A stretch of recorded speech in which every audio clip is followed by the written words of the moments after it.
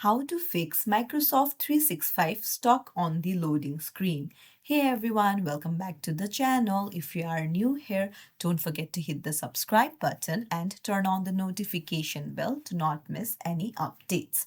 In this video, I'm going to show you what to do if your Microsoft 365 apps like Word, Excel, PowerPoint, or Outlook get stuck on the loading screen and never open. This is a frustrating issue, but the good news is that you can fix it with just a few simple steps.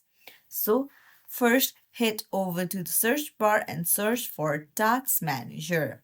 So, just open it up and then you need to look for the app that is loading.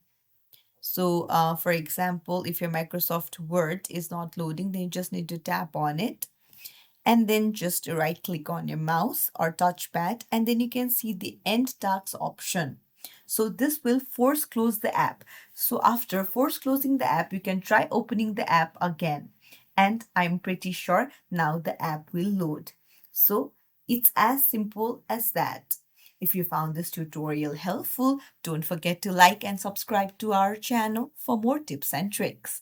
Thank you for watching. See you in the next video, everyone.